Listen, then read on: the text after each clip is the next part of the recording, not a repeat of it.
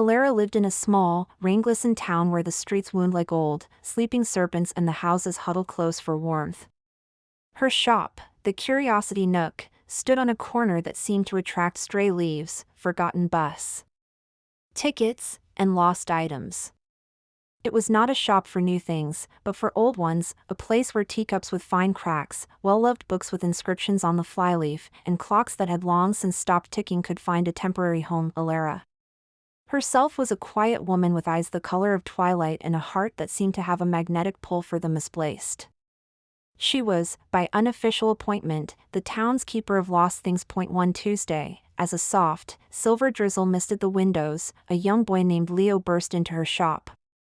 He wasn't there to browse.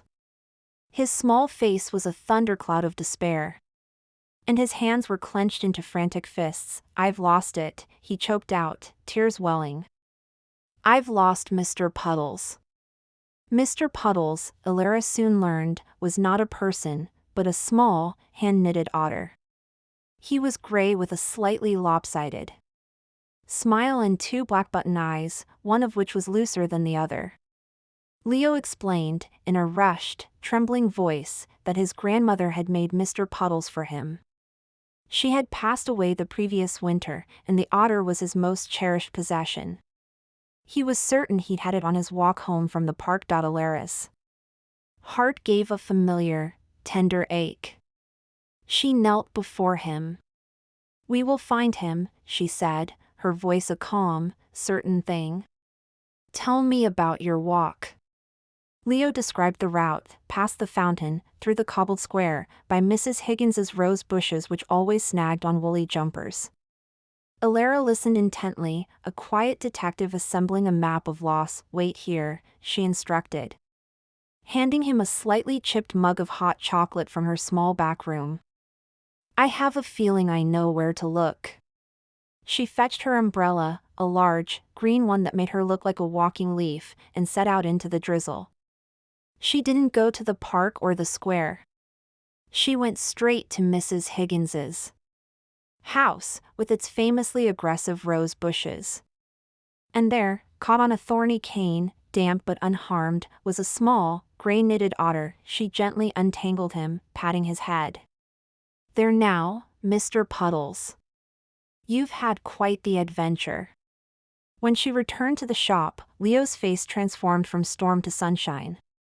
He crushed the otter to his chest, his relief a tangible force in the quiet room.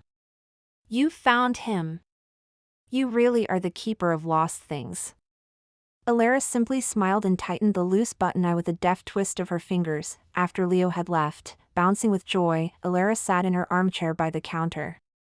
She looked around at her collection of lost things, the single earring, the orphaned glove, the book of poetry with a heartfelt note inside the cover. She sometimes wondered if she wasn't just keeping objects, but the memories and love attached to them. She gave them a safe harbor until they could, against all odds, find their way home. The bell above the door chimed again. An elderly man walked in, looking hesitant.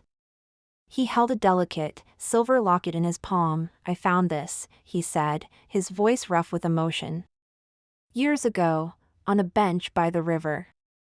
I've always meant to find its owner, but I never knew how. Someone told me you handle these sorts of things." Elara took the locket. It was cool against her skin. She opened it carefully. Inside was a tiny, faded photograph of a woman with a bright smile, and on the other side, a single word engraved, "Always." Elara looked from the locket to the man's hopeful, weary face. She saw not just a lost object, but a man who had been keeping a piece of someone else's heart safe, waiting for the right moment to return it. "Leave it with me," she said softly. "I'll see that it finds its way." And as the man left, looking lighter than when he had entered, Elara knew this was her purpose. It wasn't just about the things themselves, but about the connections they represented. In her little shop on the corner, she was a restorer of joy, a mender of small heartaches, the quiet guardian of stories waiting to be reunited with their owners. And that, she thought as the rain tapped gently on the window, was a very nice thing to be.